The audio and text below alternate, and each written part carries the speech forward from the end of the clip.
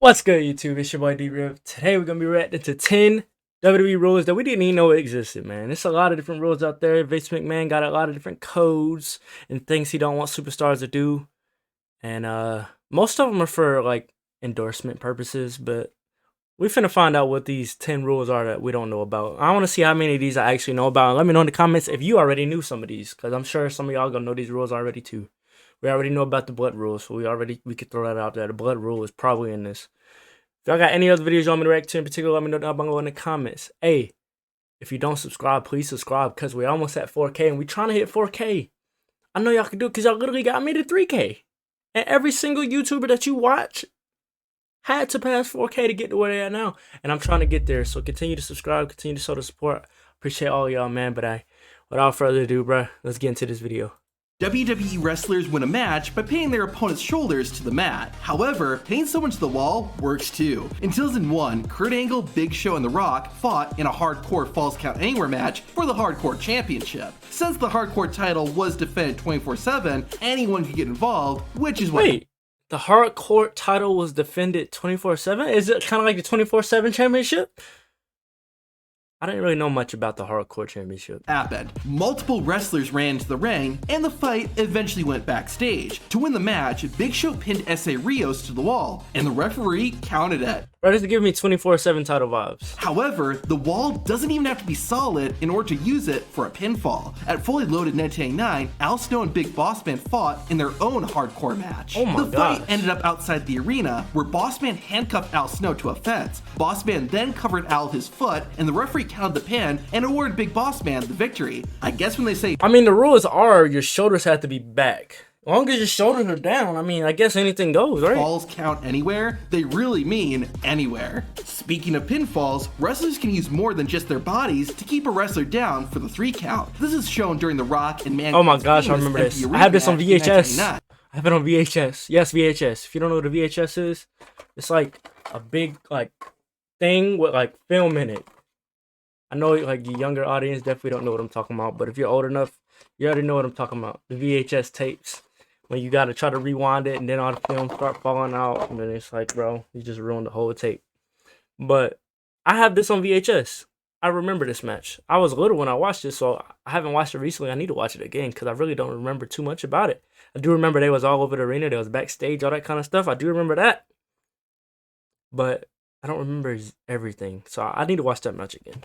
To win, Mankind used a pallet on a forklift to keep the Great One down for the pinfall. This loophole was used again over 15 years later at TLC 2014, when the Big Show used steel steps to help get the pin over Eric Rowan. Weapons like chairs, tables, even sledgehammers and barbed wire are all legal in WWE, as long as the match is no disqualification, of course. Oh my However, gosh. a chainsaw is a perfectly legitimate weapon in WWE, and it has been used before. In late 1997, a wrestler named Chainsaw Charlie debuted in WWE. As his name would suggest, he had a chainsaw with them and would actually use it during some matches. Fortunately, Charlie wasn't put in any last-minute Is that Terry Funk?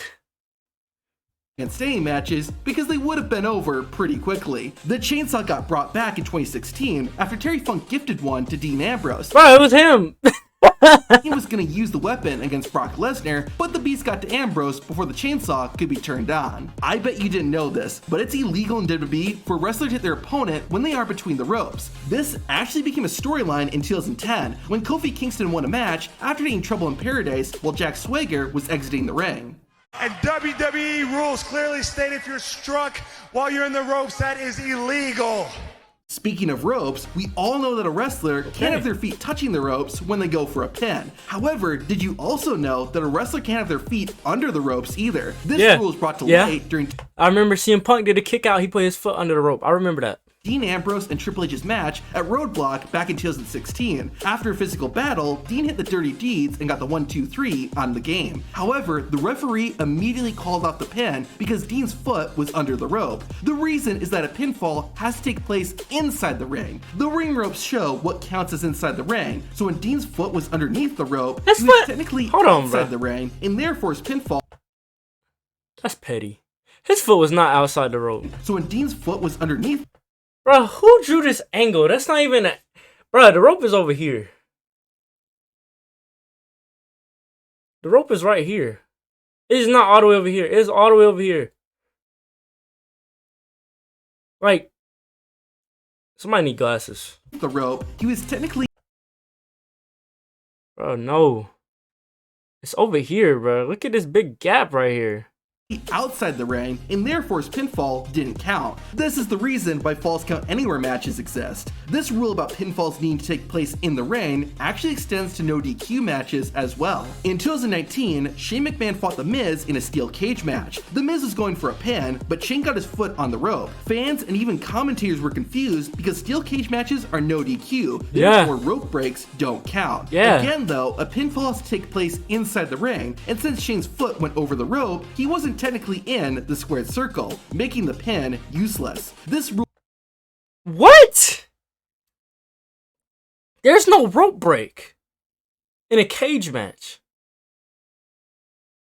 Even when you play, you can play WWE 2K23 right now and do a cage match. There's no rope break option gonna pop up.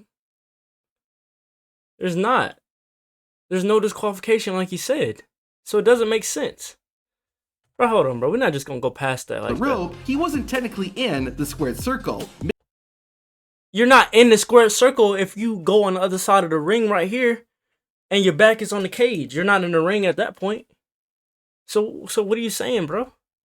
It doesn't make sense. Making the pin useless. This rule was also seen during the Fatal 5-Way match at WrestleMania 36 for the SmackDown Women's Championship. Tamina went to cover Lacey Evans, but since Tamina had her hands on the rope, she wasn't in the ring and her pin wouldn't be counted. Now this rule is pretty dumb, but it exists nonetheless. To get eliminated from the Royal Rumble, a wrestler has to go over the top rope and both feet hit the floor. However, there's no rule saying you can't have something or someone break your fall. In the 2018 Rumble match, Kofi Kingston got sent out of the ring, but since Kofi's right foot landed on Xavier Woods and was later placed on pancakes, it didn't count as an elimination. Kofi did get back into the ring soon after, but he could have stayed on the outside for as long as he wanted. Another WWE wrestler used this trick in order to win a WWE title match. In 2008, a 10-man battle royal was set up, with the winner being part of a Wait.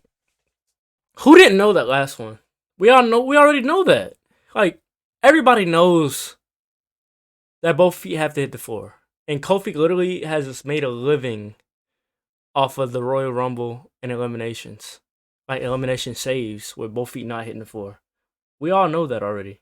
Championship scramble match. Big Show was one of the participants and dominated most of the match. The Giant threw Brian Kendrick out of the ring, but didn't see Ezekiel Jackson, Kendrick's advisor, catch him. Jackson held Kendrick for the rest of the match until Big Show thought he had won and walked over the top rope and landed on the floor. This made Brian Kendrick the winner and technically led to the WWE champion for about 6 minutes. Any WWE fan knows that when a champion loses their title, they automatically get a rematch. In April 2012, Primo and Epico lost their tag team championship to Kofi Kingston and R-Truth. Soon after, they'd be managed by a man named AEW. However, AEW didn't have Primo and Epico use their championship rematch, and after 30 days, the automatic rematch expired. Because of that, the Puerto Rican cousin 30 days? I didn't know it was a time limit for it. I thought you could just challenge somebody, be like, hey man, I want to challenge you for my freaking World Heavyweight Championship at this place as a rematch. I didn't know it expires.